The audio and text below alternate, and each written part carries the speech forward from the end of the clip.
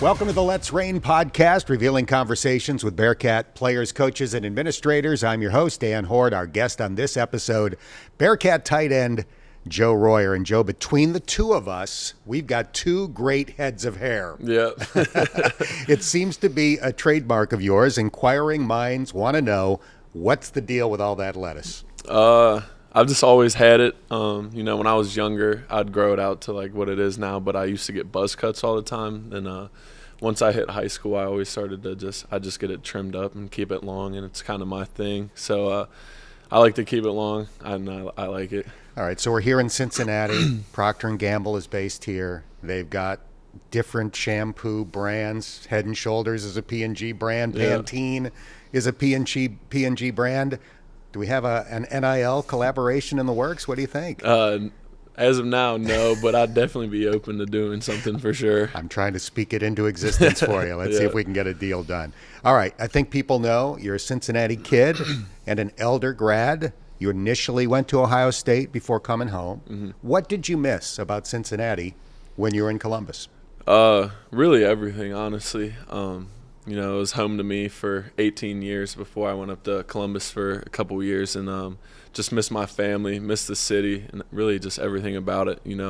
As soon as I came back, I instantly felt more comfortable again, and it's been great to be home. So the return has been everything it was cracked up to be? Yeah, for sure. In your Elder high school days, you were a tall, slender wide receiver. Yeah. And then you've made this transition to tight end. You told me earlier that you had a problem that I think most of us dream about. You couldn't gain weight. Yeah, no matter what you did, you couldn't gain weight, right? Yeah, my first couple of years at Ohio State, no matter what I do or what I ate, I just shed off weight and couldn't gain any. Then I think after a couple of years and just eating so much, my metabolism was like, okay, maybe he's eating this much for a reason. So it I think it slowed down a little bit, and I was able to finally put on some weight and now just sustain it. So your body figured it out. There's a reason why I'm ingesting this much. It was a struggle for a while. How early did you know that ultimately tight end was going to be your position? I knew all throughout high school that I was going to play tight end in college. My junior year at Elder, I played more tight end than receiver. I did a lot more inline stuff my junior year than my senior year. They moved me out to play X, so like what Xavier Henderson plays for us here. And that was mainly because we had a big tight end at Elder, David Larkins. He was a year younger than me. He's at App State now, and he was more of a traditional like tight end. So they just kind of let me play receiver and let him do the tight end responsibilities. But I knew I would always be a tight end in college. What was your UC fandom or knowledge growing up? Did you go to games at Nippert? Did you follow football or basketball? Honestly, not too much. Mm-hmm. I went to a couple games when I was younger, but honestly, growing up, I was a Notre Dame fan. My grandfather played tight end and defensive end there, so I was always kind of a Notre Dame guy growing up. Was there much interest from Notre Dame when you were a kid? Unfortunately, no. Fortunately for UC, but Michael Mayer sure. was in the same class as me, the Covcath guy, plays for the Las Vegas Raiders now, and so he committed there really early on, like his sophomore year of high school, so they didn't really look too much at me. Joe, I think a lot of people watching this know that your mom passed away mm-hmm. a couple of years ago. And based on what I've read, she was a great athlete, a huge sports fan. Is that where you got it? Yeah, I think so. She was tall, so that's where I got my height. Her side of the family, she was 6'3", so got my height there. Then she played many sports. I mean, basketball, volleyball, softball. She played basketball and volleyball up at Wright State in college, and she went to Roger Bacon and did them all. So I think that's where I get kind of my athleticism from. My dad, he was a late bloomer. He was really small in high school, then he ended up growing in college. So then it was kind of late for him, but he did a lot of like flag football and stuff in college and beyond that. But I think that I got my speed from my dad, then kind of athleticism, height and stuff from my mom. Great combo. Yeah. Did she climb Mount Kilimanjaro? Yeah, she and my dad did. I don't remember what year, late 2000s, like 2008 maybe, something around then. Yeah. So somebody that does that, two people that do that, are willing to take on a challenge. Yeah. Is that something that they passed on to you? Yeah, I think so. Just kind of seeing what they did, how hard they'd work every day, whether it was doing a task like that, climbing a mountain, or just waking up every day and going to work and just providing for my sisters and I, even when I'm sure there was days where they didn't want to. It's kind of instilled in me hardworking kind of values. You've described your mom as your why Yeah. now. As you're playing college football, you got a beautiful tattoo on your arm in tribute to her.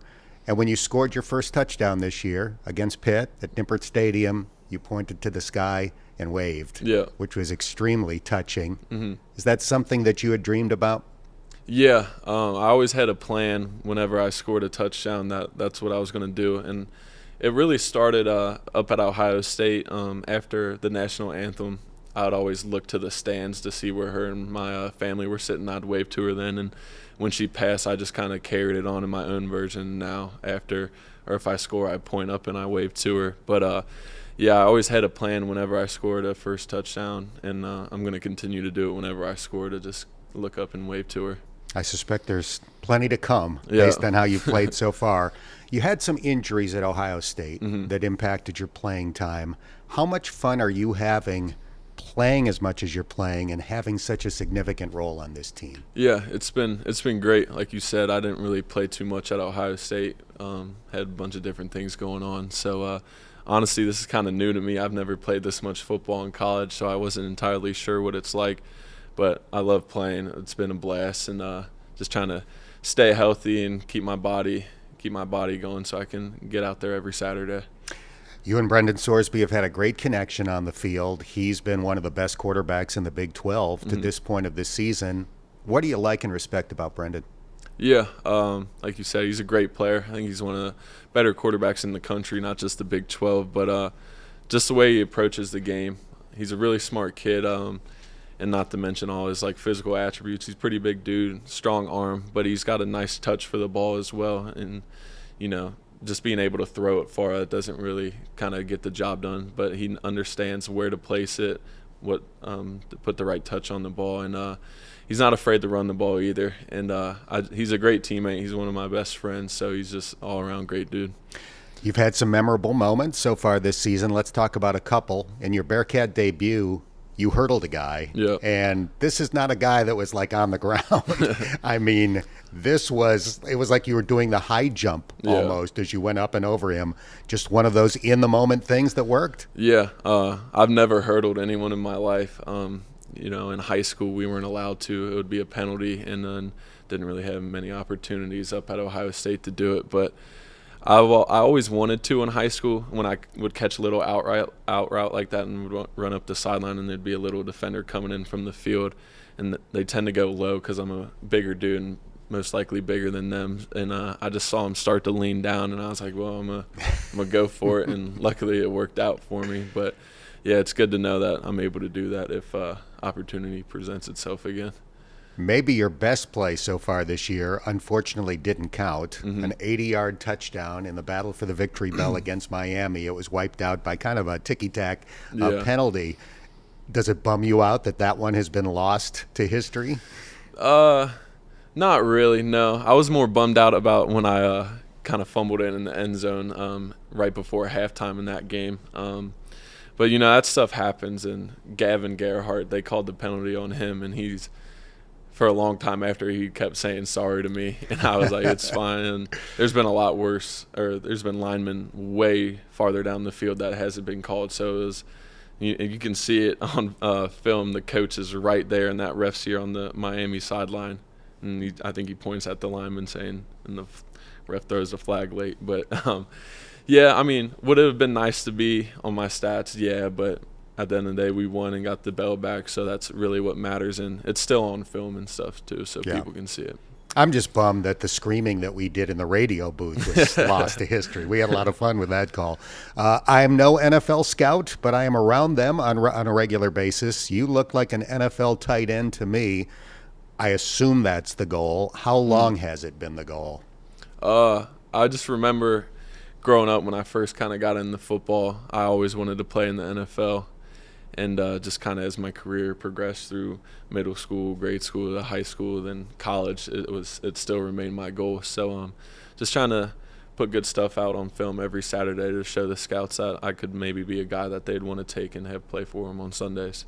You've got a year of college eligibility remaining. How will you go about deciding whether to come back for another year or whether you should go into the NFL at the end of this season? Just kind of really see where I'm at the end of the year. I'm not trying to think about it too much, just take it week by week. But, if I don't really like where I'm standing at the end of this year, I'm definitely would not be opposed to coming back for sure. So when this happens, and it will happen at some point, you are going to join a lengthy list of University of Cincinnati tight ends that have gone on to the NFL. Travis Kelce being the most obvious, but not the only one. Josh Wiley, Josiah DeGuara, Brent Selleck back in the day. Is that a thing? Is that a point of pride for the guys in the Cincinnati tight end room? I think so, for sure. Like you said, we've had great examples kind of come through this university and have success in the NFL. So, it's definitely a pride thing, and I just kind of want to continue the legacy of it. I mentioned the Cincinnati tight end room.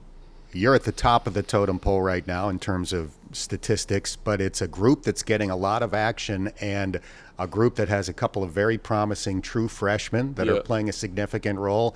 Tell me a little bit about the entire group and what you think of your fellow tight ends.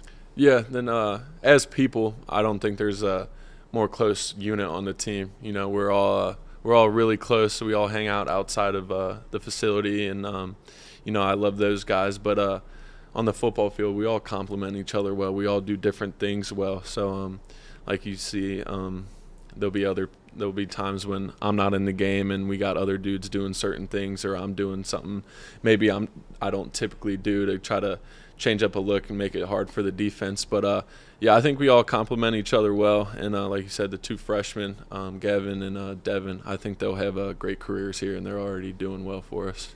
As we record this podcast, the team is 3-2. And could easily be 5-0. Yeah. I mean, you're a whisker away from being undefeated at this point. How do you feel about the season to date, and what are your objectives going forward? Yeah, I think it's been a great season so far. A play here or there, we easily could, you and I could be talking, we'd be 5-0 right now. But, it's not the reality of it right now. But from what I've heard, compared to last year and this year, all the coaches and players who were a part of it last year said this team would probably be falling apart right now, and we probably still wouldn't be where we are right now. So I'm proud of that, and I think the guys that we're still working extremely hard and trying to reach our goals, and we trying to get it to the Big 12 championship. So just take it week by week. Big 12 is a good conference, so just try to go out there and just get some wins for us. But we're all still very optimistic about the season. Let's wrap this up with a few wild card topics. Who is your all-time favorite athlete in any sport, and why? I know this will be controversial for some, but I'm a LeBron guy instead of Jordan, and I think it's probably just because I grew up watching LeBron and didn't really get to see Jordan, but LeBron James, and just because just watching his greatness, I think it's year 22 for him now, and he hasn't skipped a beat or anything or fallen off at all. And just seeing his longevity, it's really amazing to see, and just kind of impact he's had on basketball. And as a young kid, I loved it. I don't think it's controversial. I think it's generational. People my age would say Jordan. Yeah. People your age, and an overwhelming majority would say LeBron. Yeah. All right, your favorite thing to do that has nothing to do with football? I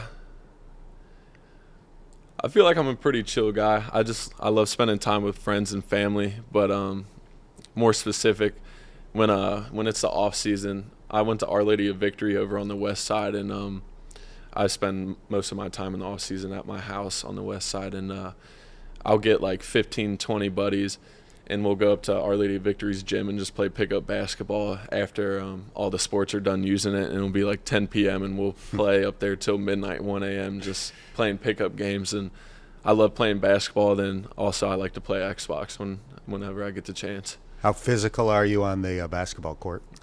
I try not to be. A lot of my friends are a little smaller than me, so if I really wanted to, I could always just go in the paint and back them down and stuff. But I like to try to play more of a stretch and just kind of shoot and run the court a little bit like that. Yeah, I imagine most of your friends are a little smaller than you are. That makes sense. Is there a story behind your uniform number, 11? No, I just I started wearing it at Elder my junior year. Then I just kind of fell in love with it, and I wanted to get it back when I always wanted it up at Ohio State, but we had Jackson Smith-Njigba had it, and I think he was pretty worthy of wearing it up there. And once I transferred here and I saw it was open, I wanted to kind of get back to wearing 11 and try to get back to how I felt playing when I was in high school and just have that confidence and everything. So it's kind of that played a part in it as well. Is it back? Did it work? I think so, yeah. Well, it's been fun to watch you. We're delighted that you decided to come home and be a Bearcat. Continued success the rest of the year, and thank you for the time. Yeah, thank you. Hi again, everybody, and welcome to the Let's Rain podcast. You'll recognize the guy sitting next to me, UC basketball standout Dan Skillings, the perpetually smiling Dan Skillings. Every time I see you, you've got a smile on your face. Do you wake up every day in a good mood? Yes, I do. Not all the time, I wake up and just not feeling the day sometimes, and maybe I'm down sometimes. People might not know that, but I always I think growing up is just always just things could be worse, and like life could be worse. From the outside, people are probably like, oh my God, like the basketball players are so amazing, football players, everybody's so amazing, blah, blah, they have such a good life. But like you go through things too, you know what I mean? Like you have family at home and stuff going on. So my main thing is just always staying positive, because why stay in the negatives? You're just wasting time in your life and wasting moments of your life to have good times. So me, I just always smile, and I'm always in a good mood, and I just always have positive energy. It gets me through my days, and I don't think nothing ever could knock down my positivity from here. Like from here on out, just never. I'll always stay positive through it all. I love it. Do you think that rubs off on others? For sure. I think my energy is very, very impactful to everyone around me. I feel like if you're around me, it's hard to be in a bad mood. I feel like I know some people like that in my life as well, but it's just hard to be in a bad mood when I'm around. I just feel that. So whenever I walk in a room, I know everyone around me is going to have a good time. Now, we all know people that are the opposite. When you're around somebody like that, do you consciously try to perk them up? Oh, for sure. And I do every time. I always wake them up if they're down. But one thing about me, I don't like negative energy. That's like the polar opposite, but I don't like negative energy at all. And I'm always going to uplift everyone around me. But, yeah, negative energy and me, just I hate it. I do not like it whatsoever. So You will get no negative energy on the Let's Rain podcast. I can promise you that. Yes, sir. Yes, sir. Let's talk basketball. Last year, you led the team in scoring, second in rebounding, second in block shots. Grade yourself. How'd you feel your sophomore year went? I think it was a big step for the team and I together, and bringing back the core players is huge. Just playing with the same guys and adding some great pieces, like AP, Connor, Dylan. Adding great places. I mean, people from other places and other good universities. But I feel like last year was simply a big learning experience for me, going from freshman year to playing like a mini role kind of behind Landers Nolly and Mike Adam Woods and David DeJulius and Rob, like playing with vets and people that have been in the game for a long time, and just learning a little bit there. But like it's hard to learn when you really don't know what you're doing. So going from freshman year and then going into being a 35-minute player and like being a leader and taking on that role, that step is huge. So learning how to be a leader at the same time as trying to win games and still learn the game. And I'm still learning now. There's so much stuff I'm an airhead with still that I'm learning, and I'm humble enough to say that, and I'm still learning and stuff. So last year really just learning the game and taking the responsibilities of being a leader or being one of the leading scorers, just a learning experience. And coming into this year, not as much of learning how to be a leader, but just to be consistent every day of being a leader and bringing it every day. There's times last year, like not even talking about games, but just practices and working out and doing it every day. Not like, I don't feel like doing it today, but like just staying consistent, being a consistent leader, so people on our team that sees a leader doing something every single day at the same time and not skipping and working out hard in practice, whether it's in the lifting weight room or whatever. So them seeing that, they're going to be like, if he's the leader on the team and he's leading scorer coming back and he has a lot of plans for the team this year, like, I can't slack if he's not slacking. So last year was more just of a learning experience and putting my trust into Coach West and him trusting me as well. So we see eye to eye and stuff. So it's more just last year a big learning year for me to really, for our team to really take off this year and for myself too. I think one of the things that guys often learn, and it gets back to what you were saying about competing hard every day, you may have thought you were as a freshman. You thought you were going hard every day. And then when you process it and see some others, you realize, okay, there probably were some days that maybe I thought I was, but I wasn't. For sure. I agree. Times I was working hard in practice and working hard and training hard, and I would notice sometimes, like, David DeJulius, he'll be in the gym before me in the mornings, like already in the sweat, and then I'll come, and then sometimes my freshman year I'll work out with some of the vets, and workout will be at 9 a.m. I'll get there at like 8:50, tie my shoes and start my form shooting, but like Chaz, they'll have a sweat in already, you know what I mean, like to get ready for the workout. So things as my freshman year, learning from them that I do now, and for the younger players now to learn from me. Skill development is a big part of this program. Mm-hmm. What specific things did you work on this offseason to try to improve?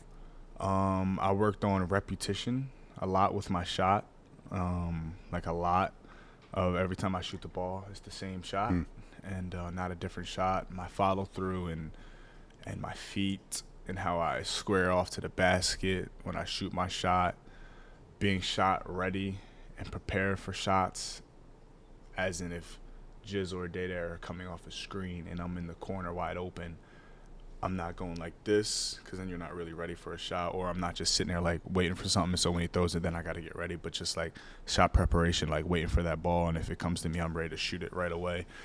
So a lot of shot preparation and repetition with my shots, shooting at the same time and taking every rep serious. It's not all about like taking 30 reps. 30 bad reps is, 5 great reps is better than 30 bad reps. So it's all about that really. And I've been working on getting on 2 feet more, like bringing in defenders to kick it out to other players, because I know my drive is very effective to this league and to the game. And if I drive real hard, defenses, all 10 eyes will probably be on me when I'm driving, because they're worried about me trying to go finish or go to the line. And so working on driving, if I don't got nothing, getting on 2 and finding a shooter, CJ Frederick, Connor, C-Mosh, Tyler Betsy, shooters. So working on that a lot. Also, I worked on my free throws. The whole team worked on the free throws this year. We had a lot of one-possession games this year that we wish we can get back, and it's nothing to really say but just show this year that we've been working on it. We every week we make sure every player gets 200 free throws made, and most of the players go beyond that and work and do 300 or 400 a week. So that's going to show this year for sure. We're working on our free throws, and that's about it. You made a reference to the guys coming back from last year's team. In this transfer portal era, I'm sure a lot of schools tried to poach you and Jizzle and some of the other good players on the team. Did you guys collectively talk about coming back as a group, or was it an individual decision for everybody to say, all right, this is the right decision for me? It was more of an individual decision for sure. During the process, I didn't really want to bother nobody. When they were getting talked to other schools and everything, I was worried about myself as well, dealing with that. I was always coming back to Cincinnati. I was never going to pay any other school any mind regardless. I trust Wes no matter what it is. Trust him, and I believe in him, and I never see somebody want it more than him, like ever on this planet. Like, I'm competitive, super competitive, and I want it, and I want to win, but him, there's no matching his energy, man. Like on the court, like my energy's high and everything, but he really wants it, and I believe in him, and I want to be there with him to do it with him. And it was more the individual. After the season, no one really talked about, who's transferring, who's this, blah, blah, this and that. We kind of knew what guys were unhappy or whatever the case may be, and we just left it at that. We didn't speak on it, nothing like that, but everyone really made their own decision, and talk to their people and their close people, and we watched individually, me, CMOS, Data, Jizzle, AZ, we all like watched how they were and watched everyone post I'm back, when we seen it all, and like seeing it all come together was great just because we didn't talk to each other individually, so we didn't know what players were going to do, but just seeing it get posted, I'm back, I'm like, oh wow, and once everybody posted, we're just like, that's dope. Like in this generation, man, of NIL and college basketball, the way money can turn heads and make people jump ship and stuff like that, it's not always a smart thing. Yeah, you're gonna have some money, but money's good and all, but it's the opportunity you have to do something amazing, like bring Cincinnati back to a March Madness. Coach West's first March Madness at Cincinnati will be amazing, and that's what we want, and that's what we want to see, and we all want it as well. All the starters and the main players last year never been in a March Madness game, you know what I mean? So we want to all do that together, and yeah, like I bet for sure a lot of the players, our core players last year, got offered more money probably, for sure, at other universities, other like huge universities for sure, but that's not what it's all about. And I came here because I believe in Wes. I didn't care about the money or anything like that, and there's other schools for sure that offered more, truthfully, and I chose to come here because I believe in Wes and I believe in what he has for me in my future for bigger things. Did you and Wes connect from day one? Oh, yeah, for sure, man. Like, I can talk hours about how when he was recruiting me, man, like, we used to, all the offers I had, I think I had like 35 high Division I offers from in high school when I was coming out, and colleges would be calling in high school my senior year. And I used to talk to them all and everything and communicate with them all. And I just remember this one thing, like, every college that would call me will talk about their university and how they want to sell me and sugarcoat things and only talk about the university and how I would be playing there and stuff like that. And obviously when Coach West first called me, it was, hi, I like your game, I got into depth about it, and we want to give you a full scholarship here, University of Cincinnati, boom. And he would call me, and I would be like at the Jersey Shore or something. This was after AAU was done. We had like 3 games a day, like weeks and months, like, so I took a break or whatever. He would just call me, and we'll talk for an hour and a half on the phone while other schools are calling at the time. And he wouldn't even mention Cincinnati. Wouldn't even mention Cincinnati, the basketball team, and me going there. This is before I committed. It's like our 3rd, 4th phone call. And he would do that all the time.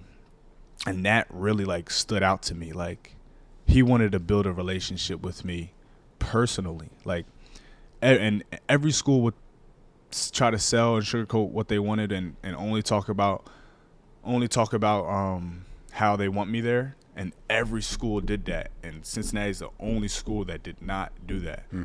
And he'll just say, hey, how's your day? Like, you going out on the beach? Like, what you doing? Like, you with your homies? You with your best friends? Like, and he's really close with my best friend Luke De Palma from back home, and he used to always be with me. And and Coach would FaceTime me. We'll be on FaceTime. All the other phones were like this, phone calls.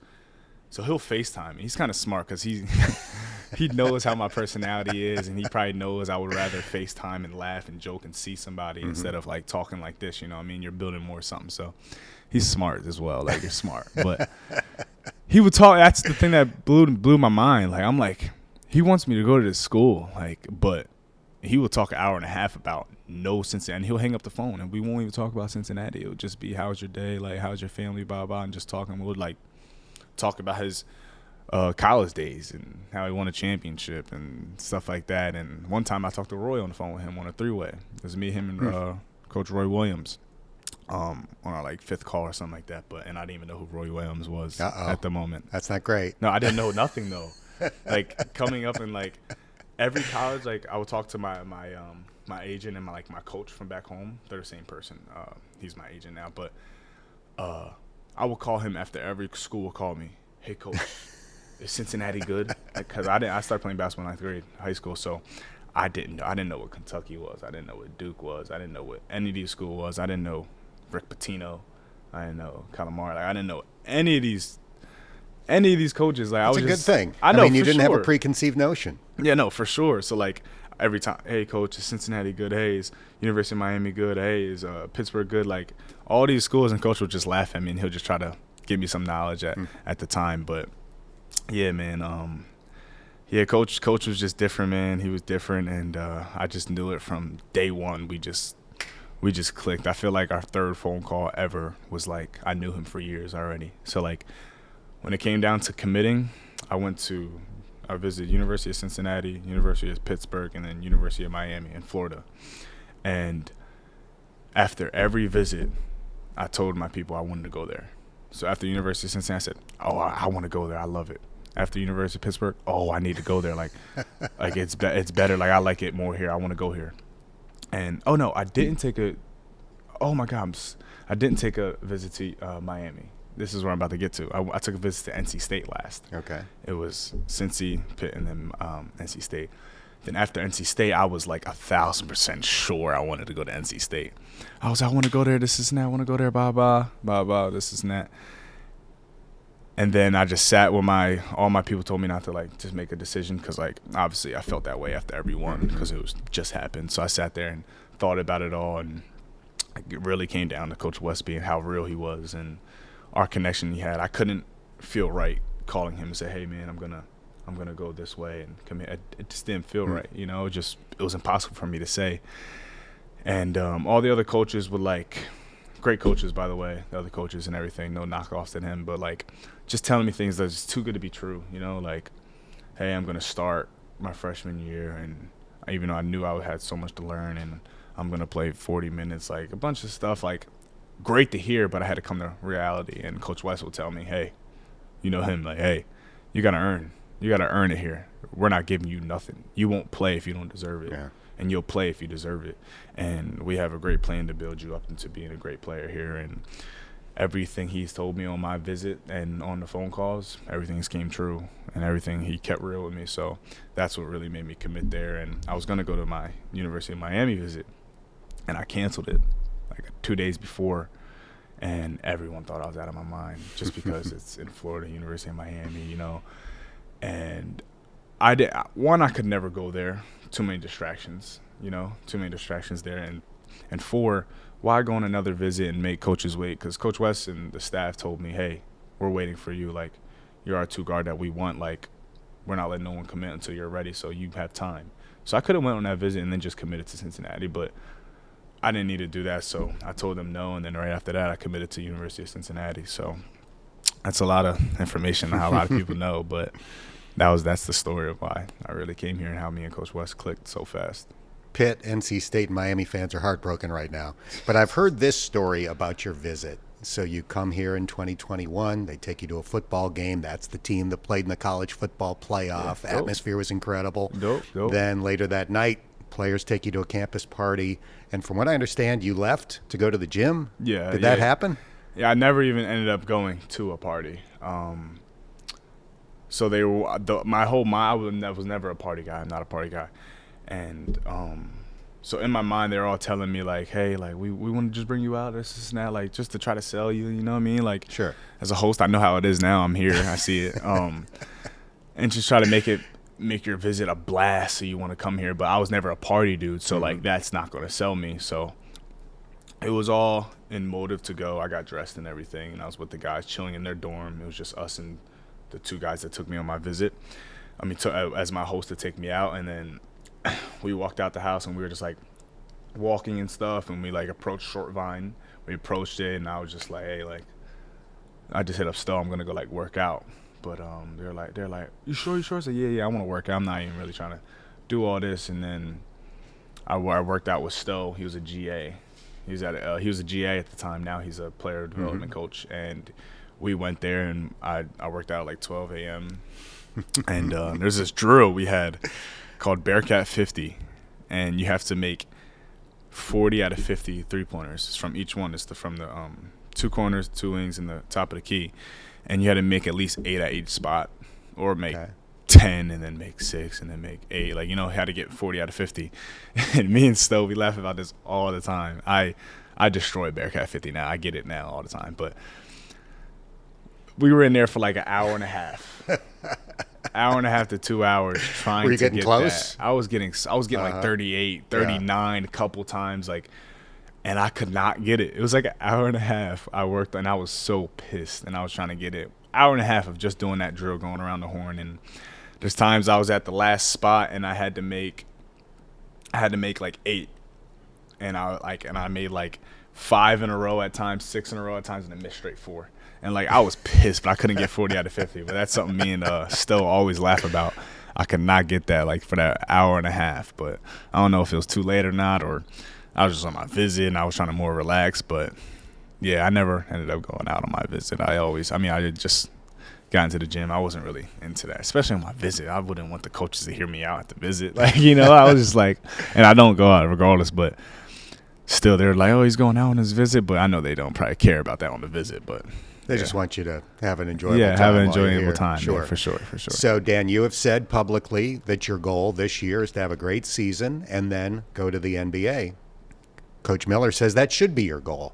You're good enough to play in the NBA, and hopefully at the end of this year, that's going to be realistic for you. How do you make that happen? What's the key to be so successful this year that you would be potentially an NBA draft pick? Well, that was since I was a kid. That's always been a goal of mine. Not since I was a kid, really, but kind of, because when I was playing street ball outside before I started playing organized basketball in 9th grade, I would always be like, I'm going to the NBA. When I was like 12 or 13, I didn't know no better. I didn't know nothing. I didn't know what it takes. I didn't know, Now I know how, like, crazy it is and hard it is to go to the NBA. But it's always been a goal of mine since I was a kid. But that's just a goal I wanted to set for myself, and, like, for people to know how serious I was taking. But my mind is not on that at all right now. It's strictly on the team and how much we can win this year, and how much I can get better as in a team player, as in not as much as myself. Every day I wake up and I'm thinking about how can we get better as a team and how far we can go as a team this year. And I know we're going to be a great team. It's about how great are we going to be, those ending of games, finishing games and stuff like that. So my mind's not even on that whatsoever. My mind's on the team and how much we can win and going on March Madness, and how much we can win in March Madness, and knowing the team, how far we can go together. Sweet 16, Elite 8, Final Four, winning a national championship. We get that far, everyone on the team is going to win. That's how it works with life, with basketball, with their jobs, with organizations they're going to be in. Like, that opens the door for so much things, just for accomplishing something that large in basketball. Like, March Madness is a worldwide thing, and especially winning it, going to the Final Four, whatever the case may be. But everyone's going to win individually if they get to that point. There's no point to worry about individual goals during the season when you have a team that's depending on you, and it's a team sport, and your team is together.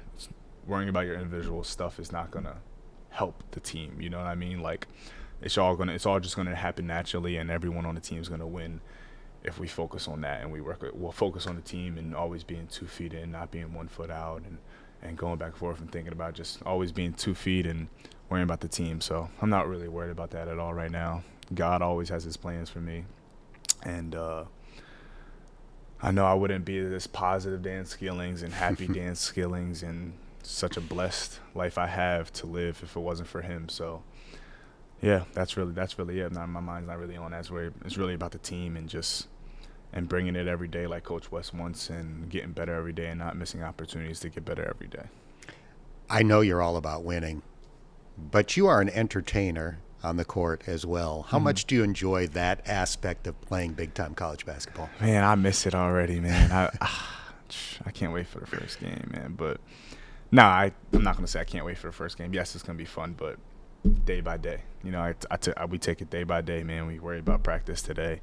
Then when that's done, we worry about getting rest that night, and then we worry about practice again. But it's all going to come to play. But, man, I miss it, man. Like, I can go on forever about the feelings in games. Like, in the middle of the games, man, like, we got a timeout, and the fans are going crazy, man. We have amazing fans, man. Like, we love it. I wouldn't want to be anywhere else with these fans, man. Like, they don't know how much they do for the team, and especially for me, because how much I enjoy that feeling of them being proud of us or whatever. Like, just like throwing up the hearts to the fans that I do a lot. Throw up the hearts, and the whole entire fan section does it back to me like this. So I'm doing this, and hundreds of fans are like just doing this back at me, and which is dope. I have a cool picture of that, of me putting the hearts up, and you see 100 hearts behind me doing it as well. So that's one of my like favorite moments of the season when I do it a lot too. But yeah, man, that feeling is great.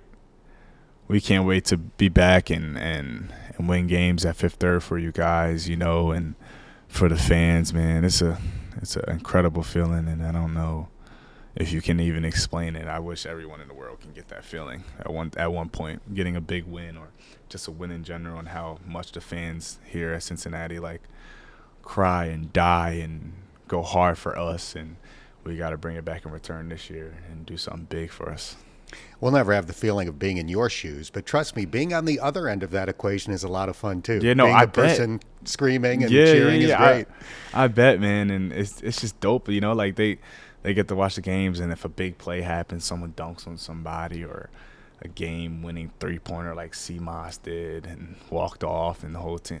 I want to feel that feeling one day. I had a game winner before, but with time still left on the clock, and we still got to get a stop. But hitting a three, and you got like 0.7 seconds left on the clock, you got the win.